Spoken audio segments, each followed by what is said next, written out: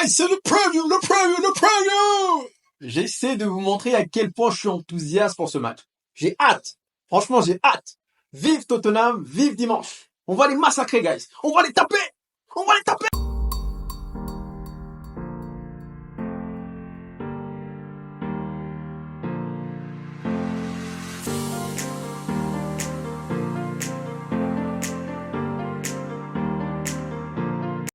Bien évidemment, vous l'aurez compris, c'était clairement de l'ironie.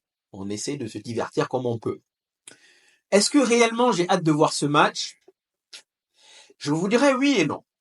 Oui, si c'est pour voir le même visage que l'on a vu contre Crystal Palace, du moins pendant la première mi-temps. Non, clairement pas. C'est pour voir le même visage de M contre Twente.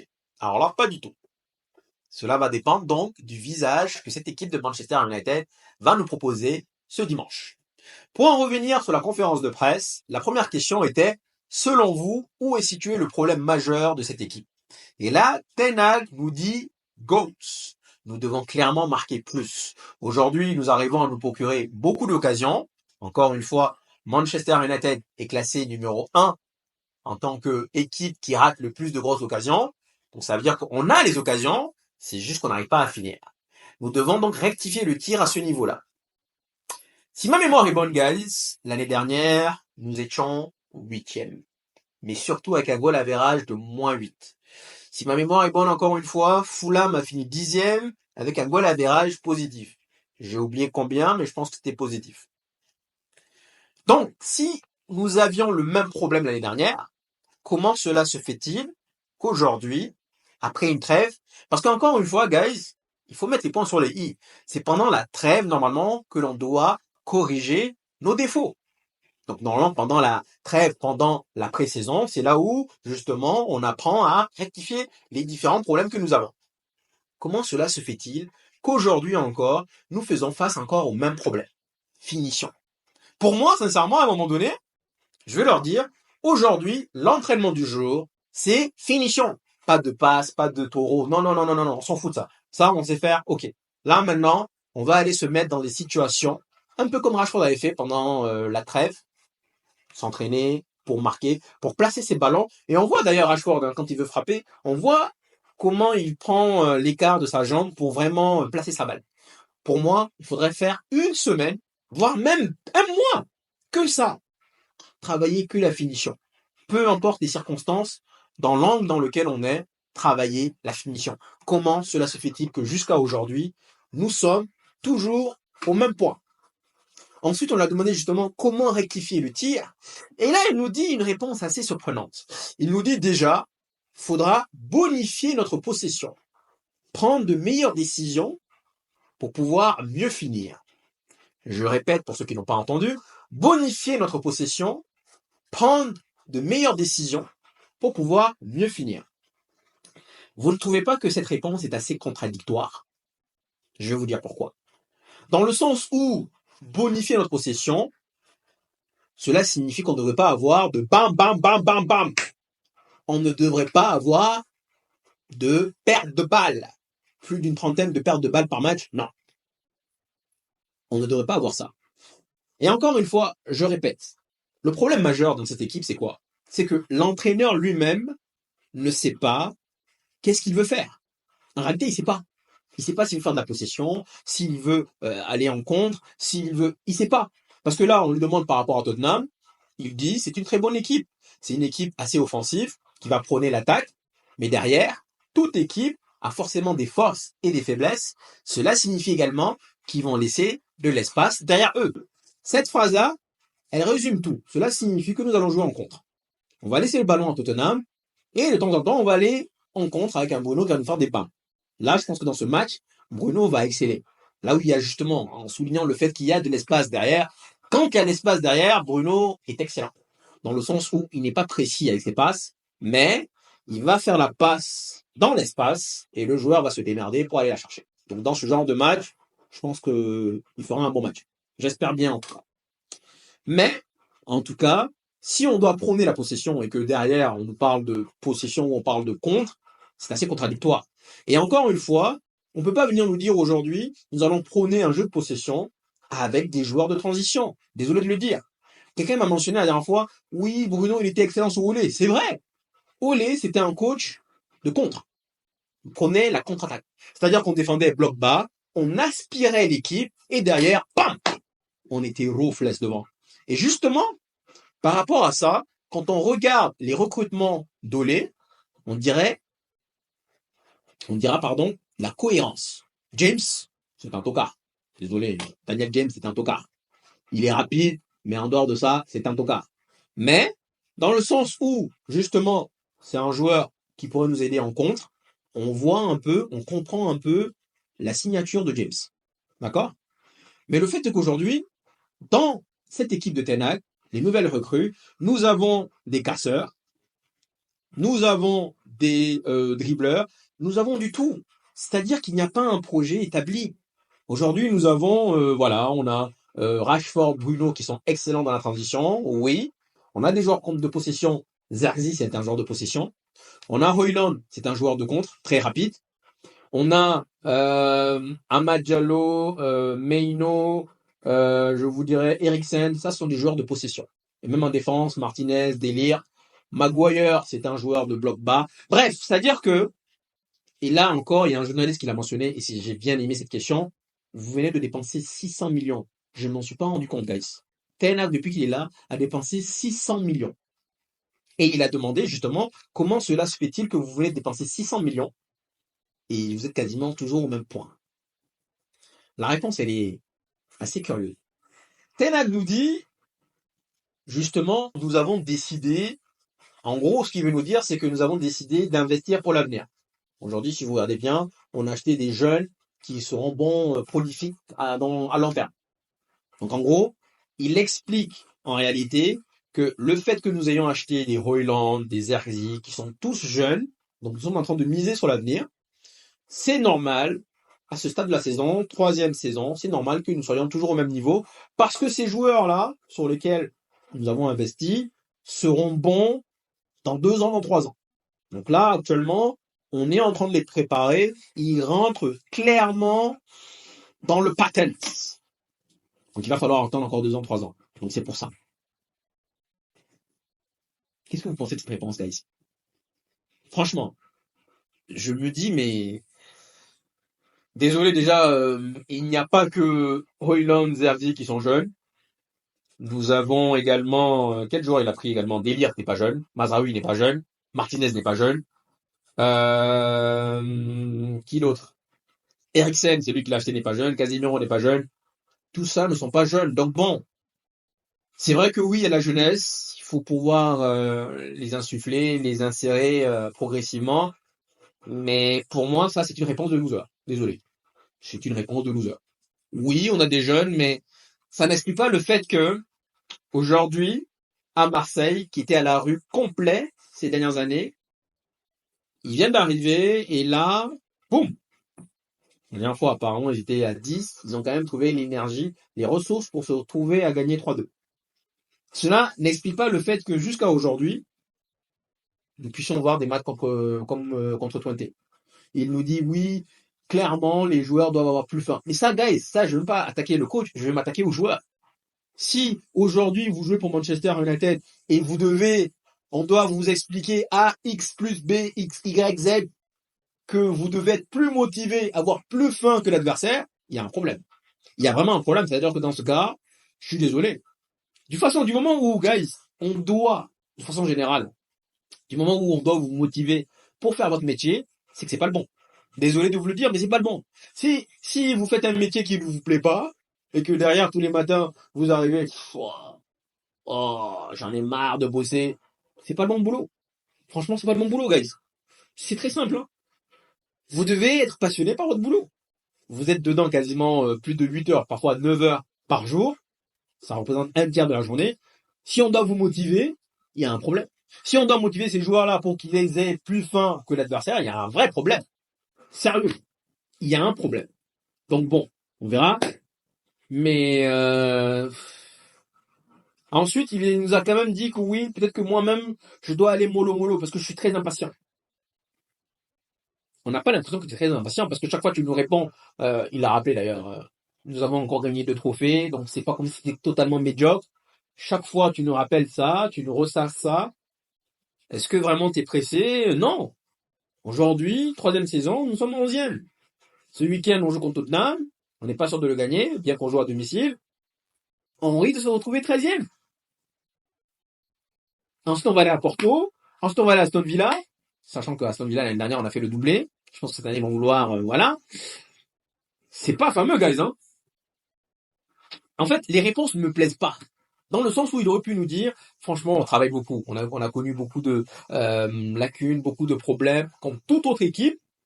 Mais on est sur la bonne voie. On a connu, je sais pas. Enfin bon, franchement, sans donner des trucs au hasard, mais des choses plausibles, cohérentes. Le fait, soi-disant, qu'il faut intégrer les jeunes. Mais qui t'a demandé d'aller chercher? Ça, je suis désolé, non. C'est pas un argument. Oui, c'est un long terme, d'accord? Mais qui t'a demandé d'aller les chercher? Il y a une rumeur qui court qui apparemment il avait le choix entre Zerzi et Tony. Moi personnellement, Zerzi, guys, pour moi c'est la meilleure recrue. Ça c'est une parenthèse. Mais il a préféré sur Zerzi. Il aurait pu prendre Tony, apparemment Tony il n'en voulait pas. Tony c'est un buteur. Donc derrière, faut pas venir nous dire non, non. Franchement, les conférences de presse, celle-là, là, je me suis dit, elle est fade, elle est plate. Elle n'a rien qui me... La dernière fois contre Crystal Palace, oui, elle était un peu pimentée. Aujourd'hui, elle est...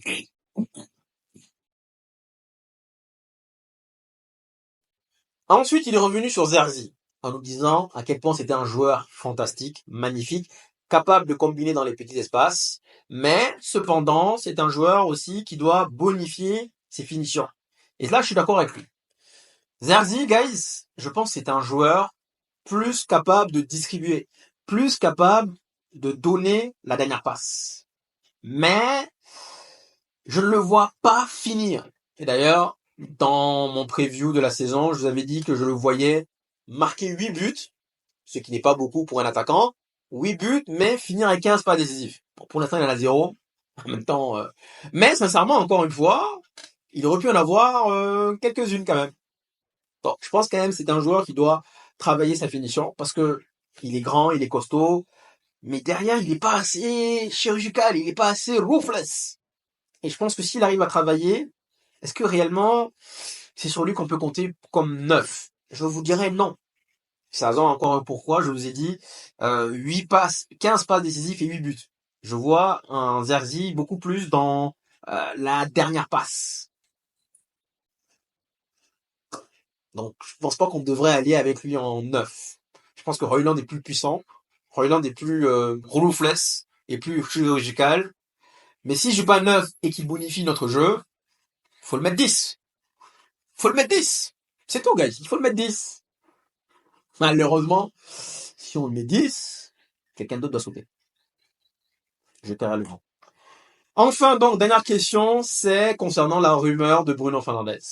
Et là, Ten Hag nous dit, on a déjà vu de quoi est capable Bruno Fernandes, on a vu les précédentes années, on sait de quoi il est capable, et il a dit, je cite, je suis sûr qu'il va revenir au top de sa forme. Cette même réponse-là, guys, elle ne vous rappelle pas quelque chose de l'année dernière? Cette même réponse où il dit, je suis sûr, encore une fois, on l'a vu de quoi il est capable, pendant les années précédentes, je suis sûr qu'il va retrouver sa forme. Cette même réponse-là, elle ne vous rappelle pas quelque chose? Sincèrement? L'année dernière, on a eu le même problème. L'année dernière, pendant la pré-saison, moi déjà je vous ai dit qu'on allait avoir un problème Rashford. Pré-saison. Ten Hag a continué à nous dire, nous avons vu Rashford l'année dernière, il a marqué plus de 30 buts. Je suis sûr qu'il retrouvera sa forme. Il nous l'a dit encore et encore et encore et encore jusqu'à décembre. Quand je vous dis, finalement, c'est quelqu'un qui ne retient pas ses leçons, c'est quelqu'un de vraiment CON, là, il va faire la même chose. Je suis désolé, guys, hein. C'est pas parce que soi-disant, oui, j'ai une dent contre Bruno. Oui, j'en ai une, faut se le dire la vérité, parce que franchement, parfois, il prend des décisions qui m'agacent, faut l'avouer. Mais clairement, actuellement, je pense que tout le monde sait, ça, c'est pas un débat, il n'est pas en forme. Moi, je pense qu'il n'est pas bon, tout coup. On va prendre le fait qu'il ne soit pas en forme. S'il n'est pas en forme, il faut le drop. Il faut le mettre sur le banc. Mais l'année dernière, c'était pareil pour Rashford, guys.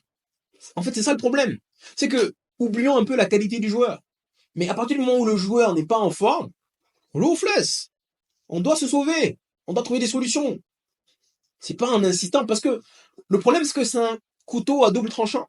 Soit, à un moment donné, à force d'insister, le joueur va redevenir splendide, soit, dans la majeure des cas, ce qui va se passer, c'est que le joueur, il va continuer et il va rentrer dans un sable mouvant. Il va continuer à perdre confiance. Sa confiance qui était aussi haute les années précédentes, à un moment donné, faux. Parce que il va se rendre compte que tout ce qu'il fait, il a raté. Et effectivement, c'est vrai. À un moment donné, en tant que joueur de hand, je marquais dans n'importe quel angle. Ailier, je saute, je marque. Mais j'ai connu quand même une période de disette. Elle a duré, je sais pas combien de temps, 8 mois peut-être. En tout cas, pendant quasiment toute une saison. Où honnêtement, les buts simples, parfois même des buts faciles que je marque les yeux fermés, j'arrivais pas à les marquer.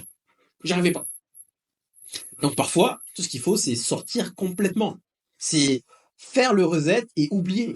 À force d'insister, parfois, même mentalement, tu risques de détruire le joueur.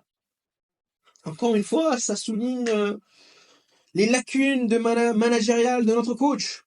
Encore.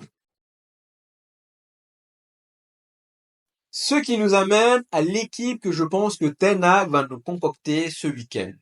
Je pense qu'il ira avec 7 compos. Bien entendu, en défense, on est tous d'accord. Onana, Mazraoui, Delirte, Martinez. Martinez ayant joué ce mercredi, cela signifiera donc que Martinez va sortir pour Maguire. Vous voyez, je vous donne les changements maintenant. Je peux me tromper, mais on nous sommes vendredi.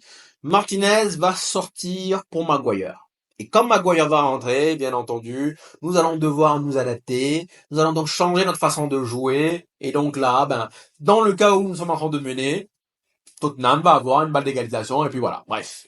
C'est la fin du film. Maguire, guys, il doit partir. En fait, en réalité, il doit même pas jouer.